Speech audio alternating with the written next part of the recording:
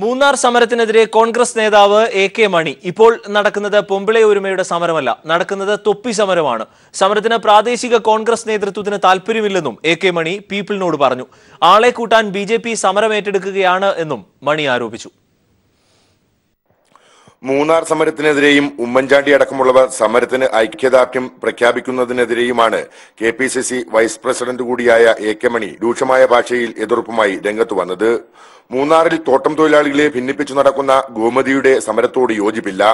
നടക്കുന്നത് തോട്ടം തൊഴിലാളികളുടെ അവകാശങ്ങൾക്ക് വേണ്ടിയുള്ള സമരമല്ല. ഇപ്പോൾ നടക്കുന്നത് പെമ്പിള ഒരുമ സമരമല്ല, മറിച്ച് തൊപ്പി സമരം മാത്രമാണെന്നും എ.കെ. മണി പരിഹസിച്ചു. ആത്മീയ പാർട്ടിയുടെ നേതാവാണല്ലോ, അപ്പൊ തൊപ്പി സമരം എന്നുള്ളതാവാതെ അത് പെമ്പിള ഒരുമയുടെന്ന് പറയില്ലല്ലോ. അത് ആ ആത്മീയുടെ പാർട്ടിയാണ്, അങ്ങനെയാണ് അത് കാണുന്നത്. അതാണ് ശരിയുണ്ട്. ഉമ്മൻചാണ്ടി അടക്കമുള്ള നേതാക്കളുടെ സന്ദർശനം സംബന്ധിച്ച് കോൺഗ്രസ് പ്രാദേശിക ഘടകത്തിന്റെ എതിർപ്പും എ.കെ. മണിയുടെ വാക്കുകളിൽ വ്യക്തമാണ്. മന്ത്രി എം മണി സ്ത്രീകളെ അവഹേളിക്കുന്ന തരത്തിൽ വാക്കുകൾ ഉപയോഗിച്ചിട്ടുണ്ടെങ്കിൽ കോൺഗ്രസിന്റെ നയപ്രകാരം സമരം ഏറ്റെടുത്ത് നടത്തുകയാണ് വേണ്ടതെന്നും എ.കെ. മണി പറഞ്ഞു. കോൺഗ്രസിന്റെ നയപരിപാടികൾ അനുസരിച്ച് ബഹുമാനപ്പെട്ട വിധിശക്തി മന്ത്രി എം മണി പെണ്ണുങ്ങൾക്കെതിരായിട്ട് പറഞ്ഞിട്ടുണ്ടെങ്കിൽ ആ സമരം ശക്തമായി കോൺഗ്രസ് ഏറ്റെടുക്കണം, UDF ഏറ്റെടുക്കണം. അല്ലാതെ വേറെ ഒരു ആളുടെ പുറകെ പോയി ആ സമരം ഏറ്റെടുക്കേണ്ട ആവശ്യം വരുമ്പോൾ നമ്മുടെ ദൗർബല്യം നമുക്ക് മോശമാകും. അതാണ് മൂന്നാറിൽ ആളെ കൂട്ടാനുള്ള ശ്രമമാണ് ബി.ജെ.പി നടത്തുന്നത്. ഇതാണ് സമരം ബി.ജെ.പി ഏറ്റെടുക്കാൻ കാരണം. ഇപ്പോഴത്തെ സമരത്തിന് തോട്ടം മേഖലയിലെ ഒരു തൊഴിലാളിയുടെയും പിന്തുണ ലഭിക്കില്ലെന്നും മണി വ്യക്തമാക്കി. കോൺഗ്രസ് കടുത്ത താക്കീത് കൂടിയാണ് എ.കെ. മണിയുടെ വാക്കുകളിൽ ധ്വനിക്കുന്നത്. മൂന്നാറിൽ നിന്നും ക്യാമറമാൻ ദിലീപ് ഗോപിക്കൊപ്പം ലെസ്ലി ജോൺ. എ.കെ. മണിയുടേത് വ്യക്തിപരമായ അഭിപ്രായമാണെന്ന് എം ഹസൻ. പൊമ്പിള ഒരുമ സമരം ഏറ്റെടുക്കുക എന്നത് പാർട്ടിയുടെ അഭിപ്രായമാണ് എന്നും എം ഹസൻ പറഞ്ഞു. മണി അങ്ങനെ പറഞ്ഞിട്ടുണ്ടെങ്കിൽ അത് അദ്ദേഹത്തിന്റെ വ്യക്തിപരമായ അഭിപ്രായമാണ്. ഇത് പാർട്ടിയുടെ നിലപാടാണ്. അതൊന്നും എനിക്കറിയില്ല, കാരണം പാർട്ടിയുടെ നിലപാട് അതാണ്. അതുകൊണ്ടാണ് ഞാൻ പറഞ്ഞത്, അദ്ദേഹം അങ്ങനെ ഒരു അഭിപ്രായം പറഞ്ഞിട്ടുണ്ടെങ്കിൽ അത് വ്യക്തിപരമായ അഭിപ്രായം. വ്യക്തിപരമായ അഭിപ്രായം പറയുമ്പോൾ പാർട്ടി അഭിപ്രായത്തിനല്ലേ പ്രാധാന്യം. UDFന്റെ ഭരണകാലത്ത് കോടതി നടപടികൾ ഉണ്ടായിരുന്നത് കൊണ്ടാണ് മൂന്നാറിൽ അനധികൃത കയ്യേറ്റങ്ങൾ ഒഴിപ്പിക്കാതിരുന്നത് എന്ന് ഉമ്മൻചാണ്ടി. എന്നാൽ UDF ഭരിക്കുമ്പോൾ മൂന്നാറിൽ കയ്യേറ്റങ്ങൾ നടന്നിട്ടില്ലെന്നും ഉമ്മൻചാണ്ടി പ്രതികരിച്ചു. കഴിഞ്ഞ 5 വർഷക്കാലം മൂന്നാറിൽ 1 ഇഞ്ച് ഭൂമി കയ്യേറിയിട്ടുണ്ടോ? ആരെങ്കിലും കയ്യേറിയിട്ടുണ്ടോ? ഈ കയ്യേറ്റം കണ്ടെത്തി അവരെ ഇറക്കി വിടുന്നതിന് വേണ്ടിയിട്ടുള്ള നടപടികൾക്ക് നിയമപരമായ ചില തടസ്സങ്ങൾ വന്നിരുന്നു. എന്നാലും റവന്യൂ വകുപ്പ് മുമ്പോട്ട് നീങ്ങി. അതിൻ്റെ അടിസ്ഥാനത്തിലാണ് തണ്ടപ്പേർ രജിസ്റ്റർ പരിശോധിക്കണം എന്ന തീരുമാനം അന്ന് എടുത്തത്. മൂന്നാറിലെ പൊമ്പിള ഒരുമയുടെ സമരത്തിന് ജനകീയ പിന്തുണ ഇല്ലെന്ന് മുഖ്യമന്ത്രി പിണറായി വിജയൻ. സമരം അടിച്ചമർത്താൻ സർക്കാർ ശ്രമിക്കുന്നുവെന്ന് ആരോപിച്ച് നിയമസഭയിൽ പ്രതിപക്ഷം കൊണ്ടുവന്ന അടിയന്തര പ്രമേയ നോട്ടീസിന് മറുപടി പറയുകയായിരുന്നു മുഖ്യമന്ത്രി. എം മണിയുടെ പ്രസംഗം ചില മാധ്യമങ്ങൾ വളച്ചൊടിക്കുകയായിരുന്നുവെന്നും മുഖ്യമന്ത്രി പറഞ്ഞു. സർക്കാരിന്റെ കൂട്ടുത്തരവാദിത്വം തകർന്നുവെന്ന് പ്രതിപക്ഷ നേതാവ് രമേശ് ചെന്നിത്തല ആരോപിച്ചു. പ്രതിപക്ഷ ബഹളത്തെ തുടർന്ന് സഭ ഇന്നത്തേക്ക് പിരിഞ്ഞു. മൂന്നാറിലെ പെമ്പിള ഒരുമ സമരത്തെ സർക്കാർ തകർക്കാൻ ശ്രമിക്കുന്നു എന്ന് ആരോപിച്ചുകൊണ്ട് പ്രതിപക്ഷത്ത് നിന്ന് വി.ഡി. സതീശനാണ് അടിയന്തര പ്രമേയത്തിന് നോട്ടീസ് നൽകിയത്. 4 സ്ത്രീകൾ നടത്തുന്ന സമരത്തെ സർക്കാർ ഭയപ്പെടുകയാണെന്ന് വി.ഡി. സതീശൻ പറഞ്ഞു. ഇടുക്കിയിലെ ജനങ്ങൾ സംസാരിക്കുന്ന ഭാഷയിലല്ല മന്ത്രി എം മണി സംസാരിക്കുന്നത്. മണിയുടെ ഭാഷ അഹങ്കാരത്തിന്റെ ഭാഷയാണ്. മാന്യനായ ഒരാളാണ് മുഖ്യമന്ത്രി. അങ്ങക്ക് പറയാൻ പറ്റാത്ത കാര്യങ്ങൾ പറയിപ്പിക്കാൻ വേണ്ടിയിട്ടാണോ ഈ മന്ത്രിസഭയിൽ എം മണിയെ സംരക്ഷിച്ചിട്ടുള്ളത്? ഇതിന് മറുപടി പറഞ്ഞ മുഖ്യമന്ത്രി സതീശിന്റെ വാദങ്ങളെ ഒന്നൊന്നായി ഖണ്ഡിച്ചു. സർക്കാർ പെമ്പിള ഒരുമ സമരത്തെ തകർക്കാൻ ശ്രമിക്കുന്നില്ലെന്നും മണി പറയാത്തതും വീഡിയോയിൽ ഇല്ലാത്തതുമായ കാര്യങ്ങളാണ് മാധ്യമങ്ങൾ പ്രചരിപ്പിക്കുന്നതെന്നും പറഞ്ഞു. ഇതുമൂലമാണ് സമരത്തിന് ജനകീയ പിന്തുണ ആർജിക്കാൻ കഴിയാത്തത്. ബഹുമാനായ അംഗം പറഞ്ഞു, നിങ്ങൾ പറഞ്ഞാൽ ഏത് ഓഫീസറാ കേൾക്കുക? കേൾക്കാത്ത ഒരു ഓഫീസറും ഓഫീസറായിട്ടുണ്ടാവില്ല. അങ്ങനെ ഒരു വെള്ളരിക്കാപ്പട്ടണമൊന്നുമല്ല ഇത്. ആ ധാരണയൊന്നും വേണ്ട. സർക്കാർ തീരുമാനിക്കുന്ന കാര്യങ്ങൾ നടപ്പാക്കുക തന്നെ ചെയ്യും. ഒരു സംശയവും ആ കാര്യത്തിൽ വേണ്ട. സർക്കാരിന് കൂട്ടുത്തരവാദിത്തം ഉണ്ടായിരുന്നുവെങ്കിൽ കുരിശ് പൊളിക്കും മുമ്പ് മുഖ്യമന്ത്രി അറിയുമായിരുന്നുവെന്ന് ചെന്നിത്തല പറഞ്ഞു. 144 പ്രഖ്യാപിക്കുന്നതിന് മുമ്പ് കേരളത്തിന്റെ മുഖ്യമന്ത്രി അതറിയണമായിരുന്നു. അല്ലെങ്കിൽ മുഖ്യമന്ത്രിക്ക് ആ സ്ഥാനത്തിരിക്കാനുള്ള യോഗ്യത എന്താണ് സാറിന്? റവന്യൂ മന്ത്രി ചലിക്കില്ല. മുഖ്യമന്ത്രി അറിയാതെ അവിടെ ഒരു ചലനം ഉണ്ടായില്ല. അങ്ങനെയായിരുന്നു മിസ്റ്റർ പിണറായി വിജയൻ. അങ്ങയോടുള്ള എല്ലാ ബഹുമാനം കൊണ്ട് ഞാൻ പറയുന്നു, അങ്ങ് അത് അനുവദിച്ചു കൊടുക്കാൻ പാടില്ലായിരുന്നു. മുഖ്യമന്ത്രിയുടെ വിശദീകരണത്തെ തുടർന്ന് അടിയന്തര പ്രമേയത്തിന് സ്പീക്കർ അനുമതി നിഷേധിച്ചു. തുടർന്ന് സഭയുടെ നടുത്തളത്തിലേക്ക് ഇറങ്ങിയ പ്രതിപക്ഷം സഭാ നടപടികൾ തടസ്സപ്പെടുത്തി. സഭാ നടപടികൾ വേഗത്തിൽ പൂർത്തീകരിച്ച് സഭ ഇന്നത്തേക്ക് പിരിയുന്നതായി സ്പീക്കർ പ്രഖ്യാപിച്ചു. News bureau, Thiruvananthapuram. മന്ത്രി എം എം മണിക്ക് അഭിവാദ്യം അറിയിച്ച ഡിവൈഎഫ്ഐയുടെ നേതൃത്വത്തിൽ മൂന്നാർ ടൗണിൽ പ്രകടനം നടത്തി. CPIM ഏരിയ കമ്മിറ്റി ഓഫീസിന് മുന്നിൽ നിന്ന് ആരംഭിച്ച പ്രകടനം മൂന്നാർ മാർക്കറ്റ് ജംഗ്ഷനിൽ അവസാനിച്ചു. 100 കണക്കിന് പ്രവർത്തകർ പ്രകടനത്തിൽ പങ്കെടുത്തു.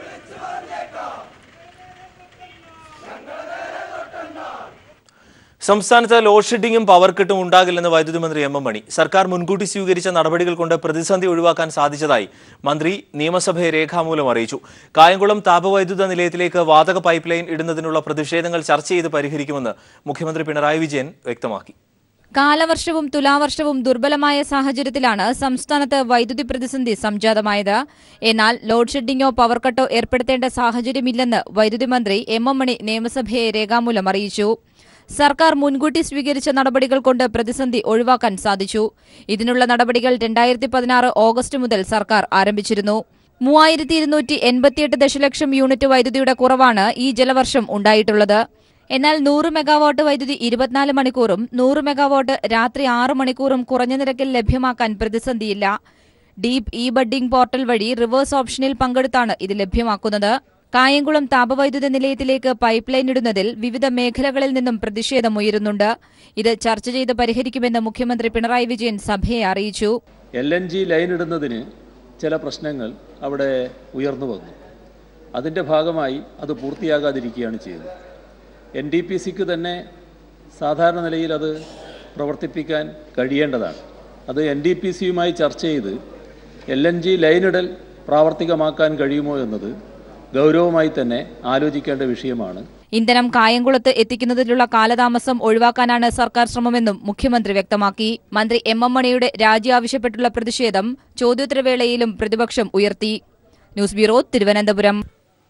മുഖ്യമന്ത്രിയെ അഭിനന്ദിച്ച ഗവർണർ. പ്രകോപനപരമായ വിഷയങ്ങളിലും മുഖ്യമന്ത്രിയുടെ ആത്മസംയമനം പ്രശംസനീയമെന്ന് ഗവർണർ. ഇടുക്കി വിഷയത്തിൽ കഴിഞ്ഞ 2 ദിവസം നിയമസഭയിൽ കണ്ടതും അതാണ്. മറ്റ് ജനപ്രതിനിധികളോട് ലളിതവും കൃത്യവുമായാണ് മുഖ്യമന്ത്രി മറുപടി പറയുന്നത് എന്നും ഗവർണർ. MR സജേഷ് വിവരങ്ങൾ നൽകും. സജേഷ്, എന്തൊക്കെയാണ് അദ്ദേഹം പറഞ്ഞത്? അരുൺ, നിയമസഭയിലെ കഴിഞ്ഞ ദിവസങ്ങളിലെ മുഖ്യമന്ത്രിയുടെ ഇടപെടൽ ചൂണ്ടിക്കാട്ടിയാണ് ഗവർണർ ജസ്റ്റിസ് പി സദാശിവത്തിന്റെ അഭിനന്ദനം മുഖ്യമന്ത്രിയെ അഭിനന്ദിച്ചിട്ടുള്ളത്. പ്രകോപിതമായ സംഭവവികാസങ്ങൾ ഉണ്ടാകുന്ന ഘട്ടത്തിൽ പോലും മുഖ്യമന്ത്രി അക്ഷോഭ്യനാണ്, സംയമനത്തോടുകൂടി പെരുമാറുന്നു. നിയമസഭയിൽ കാണുന്നത് അതാണെന്ന് റിട്ടയർഡ് ജസ്റ്റിസ് പി സദാശിവം അല്പം മുമ്പ് പറഞ്ഞു. കേരളത്തിന്റെ ആദ്യത്തെ മന്ത്രിസഭയുടെ വജ്രജൂബിലി ആഘോഷങ്ങളുടെ സമാപനം ഉദ്ഘാടനം ചെയ്യുകയായിരുന്നു ഗവർണർ. അതോടൊപ്പം തന്നെ ജനപ്രതിനിധികളോട് കൃത്യവും ലളിതവുമായി മറുപടി പറയാൻ മുഖ്യമന്ത്രിക്ക് കഴിയുന്നുണ്ട്. നിയമസഭയിൽ ഞാൻ കാണുന്നത് അതാണ്. നിലവിൽ വലിയ ഒരു ജനസമുദ്രം തന്നെ ഈ പരിപാടിക്ക് എത്തിയിട്ടുണ്ട്. നേരത്തെയും ഇതേപോലുള്ള പരിപാടികൾക്ക് നിശാഗന്ധി ഓഡിറ്റോറിയത്തിൽ തിരുവനന്തപുരത്ത് ഞാൻ വന്നിട്ടുണ്ട്. എന്നാൽ ഈ വലിയ ജനക്കൂട്ടം മുഖ്യമന്ത്രിയുടെ സാന്നിധ്യം കൊണ്ടാണ് ഈ വലിയ ജനക്കൂട്ടം ഇവിടെ ഉണ്ടായിട്ടുള്ളതെന്നാണ് ഗവർണർ പി സദാശിവം ഇപ്പോൾ മുഖ്യമന്ത്രിയെ അഭിനന്ദിച്ചുകൊണ്ട് പറഞ്ഞത്. നിയമസഭയിലെ പ്രവർത്തനങ്ങൾ ചൂണ്ടിക്കാട്ടിയായിരുന്നു അഭിനന്ദനം. അതോടൊപ്പം തന്നെ കേരള മോഡൽ വികസനങ്ങളെയും ഗവർണർ അഭിനന്ദിച്ചു. ഈ കേരളത്തിന്റെ വികസനത്തിനും പുരോഗതിക്കും സാമൂഹ്യ പുരോഗതിക്കും അടിസ്ഥാനമിട്ടത് ആദ്യത്തെ EMS മന്ത്രിസഭയാണെന്നും ഗവർണർ പറഞ്ഞു. മുഖ്യമന്ത്രി പിണറായി വിജയന്റെ സാന്നിധ്യത്തിൽ കൂടിയായിരുന്നു ഗവർണറുടെ അഭിനന്ദനം. അരുൺ. MR സജേഷ് വിവരങ്ങൾ നൽകിയത്. ഇന്റേണൽ അസസ്മെന്റ് സംബന്ധിച്ച പരാതികൾ പരിഹരിക്കാൻ അക്കാദമിക് ഓഡിറ്റിംഗും ഓംബുഡ്സ്മാനെയും നിയോഗിക്കാൻ ശുപാർശ. ഉന്നത വിദ്യാഭ്യാസ സ്ഥാപനങ്ങളിലെ ഇന്റേണൽ ഓഡിറ്റിംഗ് പ്രശ്നങ്ങളെക്കുറിച്ച് പഠിച്ച സർവകലാശാല വൈസ് ചാൻസലർമാരുടെ സമിതിയുടേതാണ് ശുപാർശ. സമിതി സർക്കാരിന് റിപ്പോർട്ട് സമർപ്പിച്ചു. സ്വാശ്രയ വിദ്യാഭ്യാസ സ്ഥാപനങ്ങളിൽ ഇന്റേണൽ മാർക്കിന്റെ പേരിൽ വിദ്യാർത്ഥി പീഡനം നടക്കുന്നുവെന്ന പരാതികൾ വ്യാപകമായതോടെയാണ് സർക്കാർ വിദഗ്ധ സമിതിയെ നിയോഗിച്ചത്. ഇന്റേണൽ അസസ്മെന്റ് സംബന്ധിച്ച വീഴ്ചകളും പരാതികളും ഒഴിവാക്കാൻ അക്കാദമിക് ഓഡിറ്റിംഗ്, സുതാര്യത, പരാതിരഹിത സംവിധാനം, സമ്മർ കോഴ്സ് എന്നീ പരിഷ്കാരങ്ങളാണ് സമിതി ശുപാർശ ചെയ്യുന്നത്. അക്കാദമിക് ഓഡിറ്റിംഗിൽ കോളേജ് തലത്തിലുള്ള ഇന്റേണൽ ഓഡിറ്റിംഗ് സെല്ലും സർവകലാശാല തലത്തിലുള്ള എക്സ്റ്റേണൽ ഓഡിറ്റിംഗ് വിംഗും രൂപീകരിക്കണം. കോളേജിലെ അക്കാദമിക പ്രവർത്തനങ്ങൾ സംബന്ധിച്ച് മുഴുവൻ വിവരങ്ങളും വെബ്സൈറ്റിൽ പ്രസിദ്ധീകരിക്കണം. ഇന്റേണൽ അസസ്മെന്റ് മാർക്കുകൾ, വിദ്യാർത്ഥികളുടെ ഹാജർ എന്നിവയും വെബ്സൈറ്റിൽ പ്രസിദ്ധപ്പെടുത്തണം. സ്വാശ്രയ കോളേജുകളിലെ പ്രശ്നം പഠിക്കാൻ നിയോഗിച്ച ജസ്റ്റിസ് ദിനേശൻ കമ്മിറ്റിക്ക് ഈ റിപ്പോർട്ട് കൈമാറുമെന്ന് വിദ്യാഭ്യാസ മന്ത്രി സി രവീന്ദ്രനാഥ് പറഞ്ഞു. ദിനേശൻ കമ്മീഷൻ റിപ്പോർട്ട് വന്നു കഴിഞ്ഞാൽ ഇത് ദിനേശൻ കമ്മീഷന് കൊടുക്കും. അവരത് മറ്റു കാര്യങ്ങളായിട്ട് ഇൻ്റഗ്രേറ്റ് ചെയ്യണം. അങ്ങനെയുള്ള ഒരു ഇൻ്റഗ്രേഷൻ വരണമല്ല. ആ ഇൻ്റഗ്രേഷൻ്റെ ഭാഗമായിട്ട് ഈ റിസൾട്ട് വരുമ്പോൾ ഉടനെ ഇമ്മീഡിയറ്റ് ആയിട്ട് അടുത്ത അക്കാഡമിക് ഇയറിൽ തന്നെ നടപ്പിലാക്കണമെന്നാണ് ശരി. പുതിയൊരു പരാതി പരിഹരിക്കുന്നതിനായി ദ്വിതല ഓംബുഡ്സ്മാൻ സംവിധാനവും കമ്മിറ്റി ശുപാർശ ചെയ്യുന്നു. കോളേജ് തലത്തിലും സർവകലാശാലാ തലത്തിലും നിയമിക്കപ്പെടുന്ന ഓംബുഡ്സ്മാൻ വിദ്യാർത്ഥികളുടെ പരാതികളിൽ തെളിവെടുത്ത് നടപടി സ്വീകരിക്കും. ഇന്റേണൽ മാർക്ക് മെച്ചപ്പെടുത്തുന്നതിനും ഹാജർ നേടുന്നതിനും വിദ്യാർത്ഥികൾക്ക് അവസരമൊരുക്കുകയാണ് സമ്മർ കോഴ്സിലൂടെ ലക്ഷ്യമിടുന്നത്. MG സർവകലാശാല VC ഡോക്ടർ ബാബു സെബാസ്റ്റ്യൻ ചെയർമാനായ സമിതിയിൽ സാങ്കേതിക ആരോഗ്യ കാലിക്കറ്റ് സർവകലാശാല VCമാരുമുണ്ട്. News bureau, Thiruvananthapuram. ശബരിമലയിൽ ആചാരലംഘനത്തിൽ നടപടിക്ക് ശുപാർശ. നടൻ ജയറാം സോപാനത്ത് ഇടക്ക് കൂട്ടി പാടിയത് ആചാരലംഘനമാണെന്നാണ് കണ്ടെത്തൽ.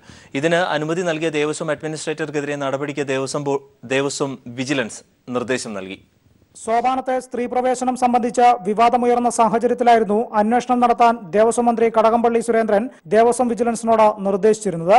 ദേവസ്വം വിജിലൻസ് നടത്തിയ അന്വേഷണത്തിന്റെ റിപ്പോർട്ടാണ് പീപ്പിൾ ടിവിക്ക് ലഭിച്ചതും. ശബരിമലയിൽ സ്ത്രീകൾ പ്രവേശിച്ചതിൽ ആചാരലംഘനം ഉണ്ടായിട്ടില്ല. എന്നാൽ വിഷു ഉത്സവത്തോടനുബന്ധിച്ച് ശബരിമലയിൽ ആചാരലംഘനം നടന്ന സംഭവത്തിൽ ശബരിമല എക്സിക്യൂട്ടീവ് ഓഫീസർ R രവിശങ്കറിനെതിരെ വകുപ്പ് തല നടപടി വേണമെന്നാണ് വിജിലൻസ് റിപ്പോർട്ട് നൽകിയിരിക്കുന്നത്. ശബരിമലയിലെ പ്രധാനപ്പെട്ട പൂജകൾ കൊല്ലത്തെ വിവാദ വ്യവസായിക്ക് ക്രമവിരുദ്ധമായി അനുവദിച്ചു നൽകിയതിനും സോപാനത്തിൽ ചലച്ചിത്ര നടൻ ജയറാം അനുമതിയില്ലാതെ ഇടക്കകൊട്ടിയത് തടയാതിരുന്നതിനും Sabarimala Devaswom administrative officer MS യതീന്ദ്രനാഥിനെതിരെ വകുപ്പ് തല അച്ചടക്ക നടപടി സ്വീകരിക്കണമെന്നും വിജിലൻസിന്റെ അന്വേഷണ റിപ്പോർട്ടിൽ പറയുന്നുണ്ട്. ജയറാമിന് സോപാനത്ത് ഉഷപൂജ സമയത്ത് ഇടക്കകൊട്ടാൻ നൽകിയ തിരുനക്കര ദേവസ്വം സംബന്ധി OR ശ്രീകുമാറിനെതിരെ കർശന വകുപ്പ് തല നടപടിക്കും വിജിലൻസ് ശുപാർശ ചെയ്യുന്നു. അന്നേ ദിവസം Sopanam ഡ്യൂട്ടിയിലുണ്ടായിരുന്ന Sopanam special officer B Dileep കുമാറിന്റെ ഭാഗത്തു നിന്നും കൃത്യവിലോപം ഉണ്ടായിട്ടുണ്ടെന്നും വർഷങ്ങളായി സോപാനത്ത് ഡ്യൂട്ടി ചെയ്യുന്ന ഇദ്ദേഹം ഭക്തരിൽ നിന്നും പണം വാങ്ങി ദർശന സൗകര്യം ഒരുക്കി കൊടുക്കുന്നെന്ന് ആരോപണമുണ്ടെന്നും ആയതിനാൽ ഇയാളെ മേലിൽ ശബരിമല ഡ്യൂട്ടിയിൽ നിയോഗിക്കരുതെന്നും വിജിലൻസ് ശുപാർശ ചെയ്തു. കഴിഞ്ഞ 25 വർഷക്കാലമായി സുനിൽ സ്വാമി എന്ന സുനിൽകുമാർ ശബരിമലയിൽ നട തുറക്കുന്ന ദിവസങ്ങളിൽ നിത്യ സാന്നിധ്യമാണ്. ഇദ്ദേഹം നിയമവിരുദ്ധമായി സന്നിധാനത്തെ ഗാർഡ് റൂമിൽ താമസിക്കുന്നുണ്ടെന്നും ഇദ്ദേഹത്തിൽ നിന്നും പല ഉദ്യോഗസ്ഥരും പ്രതിഫലം വാങ്ങി പല ഉപകാരങ്ങളും ചെയ്തു കൊടുക്കുന്നുണ്ടെന്നും ഇത് ശബരിമല ക്ഷേത്രത്തിന് കളങ്കമാണെന്നുമാണ് വിജിലൻസ് റിപ്പോർട്ടിൽ പറയുന്നത്. സാധാരണ ഭക്തന് ലഭിക്കുന്നതിൽ കൂടുതൽ സൗകര്യങ്ങളൊന്നും ഇദ്ദേഹത്തിന് ലഭിക്കുന്നില്ലെന്ന് ഉറപ്പുവരുത്താൻ ശബരിമല എക്സിക്യൂട്ടീവ് ഓഫീസർക്ക് കർശന നിർദ്ദേശം നൽകണമെന്നും നിർദ്ദേശിച്ചാണ് വിജിലൻസിന്റെ അന്വേഷണ റിപ്പോർട്ട് ദേവസ്വം മന്ത്രി കടകംപള്ളി സുരേന്ദ്രന് സമർപ്പിച്ചത്. വിജേഷ് നടുവിൽ, പത്തനംതിട്ട. കേരളത്തിലെ ആദ്യ നിയമസഭാ സമ്മേളനത്തിന്റെ ഓർമ്മകൾ പുതുക്കുന്ന പ്രത്യേക നിയമസഭാ സമ്മേളനത്തിനായി സെക്രട്ടേറിയറ്റിലെ പഴയ നിയമസഭാ ഹാൾ ഒരുങ്ങി. പൈതൃക മന്ദിരമായി കാത്തുസൂക്ഷിക്കുന്ന പഴയ നിയമസഭാ മന്ദിരത്തിൽ ചോദ്യോത്തരവേളയോടെ ആരംഭിക്കുന്ന സഭാ സമ്മേളനം മലയാള ഭാഷാ ബിൽ അവതരിപ്പിക്കും. സംസ്ഥാന രൂപീകരണത്തിന്റെ വജ്ര ജൂബിലി ആഘോഷങ്ങളുടെയും നിയമസഭയുടെ ആദ്യ യോഗം ചേർന്നതിന്റെ 60ാം വാർഷിക ആഘോഷത്തിന്റെയും ഭാഗമായാണ് ഒരു ദിവസത്തെ പ്രത്യേക സമ്മേളനം പഴയ ഹാളിൽ ചേരുന്നത്. കേരള സംസ്ഥാന രൂപീകരണത്തിന്റെ വജ്രജൂബിലി ആഘോഷങ്ങളുടെയും നിയമസഭയുടെ ആദ്യ യോഗം ചേർന്നതിന്റെ 60ാം വാർഷിക ആഘോഷത്തിന്റെയും ഭാഗമായാണ് ഒരു ദിവസത്തെ പ്രത്യേക സമ്മേളനം പഴയ നിയമസഭാ ഹാളിൽ ചേരാൻ തീരുമാനിച്ചത്. ആദ്യ നിയമസഭാ സമ്മേളനത്തിന്റെ ഓർമ്മകൾ പുതുക്കുന്ന പ്രത്യേക നിയമസഭാ സമ്മേളനം പഴയ നിയമസഭാ ഹാളിൽ ചേരുമ്പോൾ ക്രമീകരണങ്ങളൊക്കെ പഴയതു തന്നെ.